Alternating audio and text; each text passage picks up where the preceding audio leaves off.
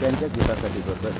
समाजाचं ऐकत नाही याचा अर्थ मी समाजाच्या दुसरं काहीतरी काम करतो असं नाही. समाजासाठीच करतो. की माझी समाजाला विनंती की सगळं मी करतो आहे ते समाजासाठीच करतो आहे.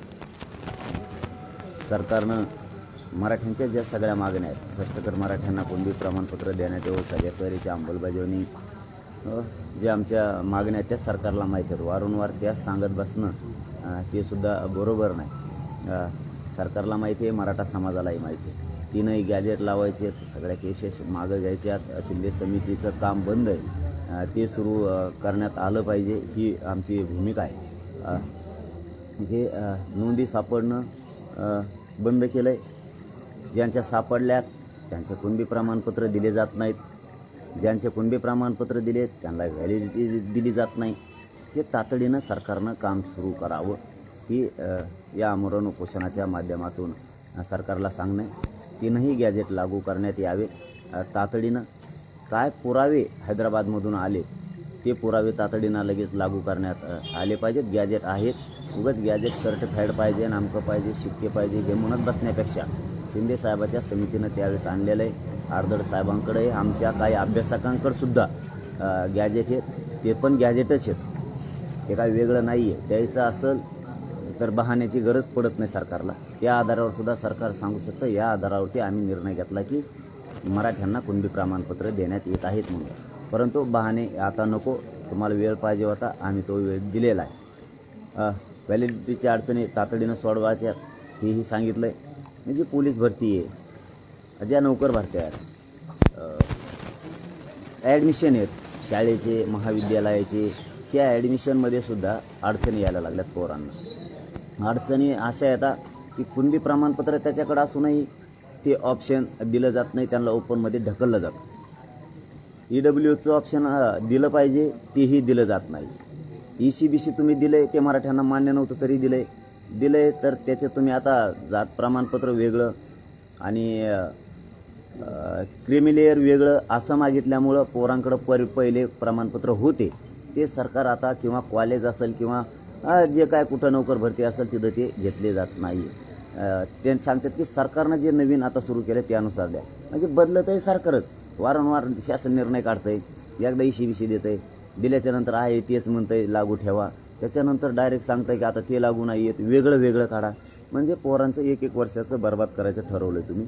त्यामुळं ज्यांना जे ऑप्शन आहेत, पहिला की EW सुरू ठेवावा, ECBC पण ऑप्शन सुरू ठेवा आणि ज्यांच्याकडे कुणबी प्रमाणपत्र आहेत OBCचं सुद्धा ठेवावं. आणि ज्यांच्याकडे ECBC आहे ते प्रमाणपत्र देतील त्यांना 1 महिन्याच्या आत म्हणजे 3 राऊंडमध्ये द्या असं सांगितलेलं आहे. जर त्याच्यात नाही निघालं तर पुन्हा आयुष्य बरबाद होणार आहे. 6 महिन्याची त्याला मुदतवाढ द्या तुम्ही, की 6 महिन्यात तो आणून दे. मग तेच ऑप्शन पोलीस भरतीला किंवा नोकर भरतीला सुद्धा ठेवा, तो 6 महिन्यात आणून दे. त्या अडचणी यायला लागेल. ऑप्शन मात्र 3ही ठेवा, EWS, ECBC आणि कुणबी म्हणजे OBCचा. त्याच्याकडे जे सर्टिफिकेट असेल त्याला तो हो म्हणत, नसेल तर ओपनमध्ये जाईल ना. काय झालं आहे काही ठिकाणी, काल परभणीचं आलं होतं, आणलं की ते प्रमाणपत्र तुम्हाला सांगितलं होते ते कालची तुमच्यावर ठेवायला दिलेली, मला मीडियात दाखवायचे होतं आज ते. आता कधी आणणार आहे कुणाला तरी सांगा फोन करू. परभणीचा काल एक विद्यार्थी आला होता, त्याचं पोलीस भरतीमध्ये तो गेला आहे, हिंगोलीचा. त्यांनी सांगितलं मी पोलीस भरतीमध्ये गेलो, परंतु ऑप्शन आहेत दिले पण माझ्याकडे सर्टिफिकेट आहे कुणबीचं. मला सांगितलं आहे तुला हे जमणार नाही, तो ओपनमध्ये जाय. आणि त्यानेच फॉर्म लिहिला आहे, त्या कोण पोलीस होता ना त्यानेच तो फॉर्म लिहिला आहे. अहो कालचे 4 कागद दिले, ते तुम्हाला हिंगोलीचं दाखवलं होतं, ठाण्याचं दाखवलं होतं मी.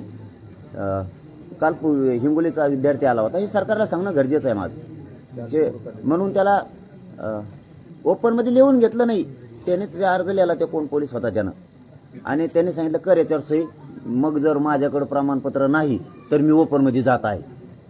हे त्याच्याकडून लिहून घेतलं, सही करून लिहिलं त्याने, सही फक्त घेतली. म्हणजे त्याच्याकडे प्रमाणपत्र आहे, तो दाखवतोय.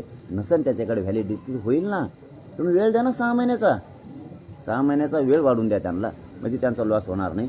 जसं की कौतुक करायला लागेल त्या बीडच्या SP साहेबांचं की त्यांनी प्रेस नोट काढली की 3ही ऑप्शन ठेवले. याला म्हणतात गोरगरिबांच्या विद्यार्थ्यांना न्याय देणं. गोरगरिबांची क्वालिटी असून सुद्धा त्यांना घेतलं जात नाही विनाकारण काही कारणं देऊन. म्हणून सरकारला विनंती की तुम्ही EWS पण सुरू ठेवा. EWS तुमच्यामुळं बंद झालेलं आहे, मराठ्यांमुळं नाही. कोणचं माकड काय म्हणतंय त्याच्याशी आम्हाला नाही देणं घेणं. कारण EC दिल्याच्या नंतर सरकारनं EWS बंद केलं, हे मराठ्यांनी बंद केलेलं नाही. आम्ही वारंवार त्यांना सांगतोय की तुम्ही EWS पण सुरू ठेवा.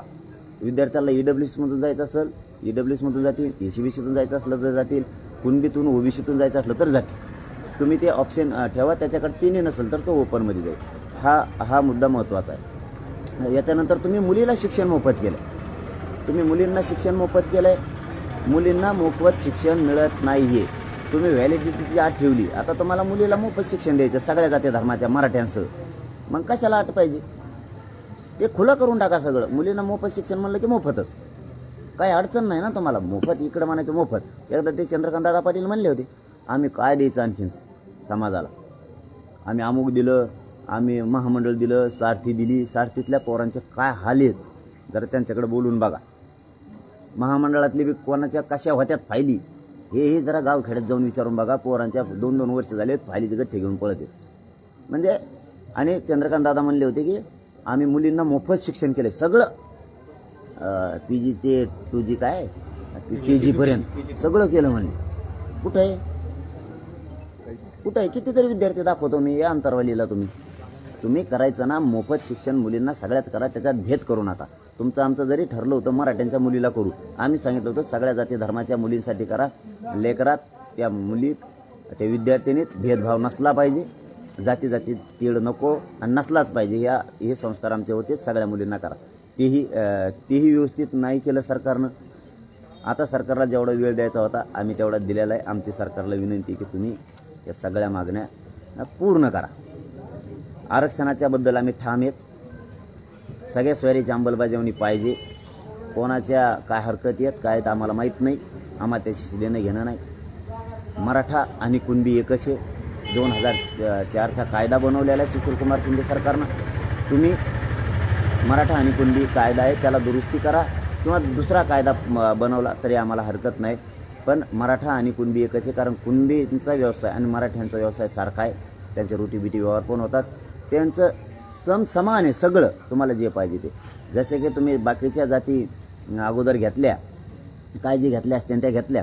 त्याच्यानंतर आता 350-400 ज्या झाल्यात त्या तत्सम म्हणून किंवा त्यांचे व्यवसाय सारखे आहेत म्हणून घेतल्यात किंवा तुम्ही काय म्हणून घेतल्यात त्यांचे निकष आणि आमचे निकष आम्ही तुम्हाला सिद्ध करून दाखवतो. त्यामुळे मराठा आणि कुणबी एकच आहे. तो एक भाग ती पहिल्यापासूनची मागणी त्याच्यात आम्ही बदल केलेला नाही. सगळ्या सोयरीची अंमलबजावणी ही आम्हाला पाहिजेच आणि आम्ही ती मिळवणार आहे. मागेल त्या मराठ्याला ज्या मराठ्यांची कुणबी नोंद सापडली त्या नोंदीच्या आधारावर मागेल त्या मराठा समाजाला कुणबी प्रमाणपत्र द्यायचं. हे न्यायाधीशांच्या जज साहेबांच्या समोर इथंच मंत्री महोदयांच्या समोर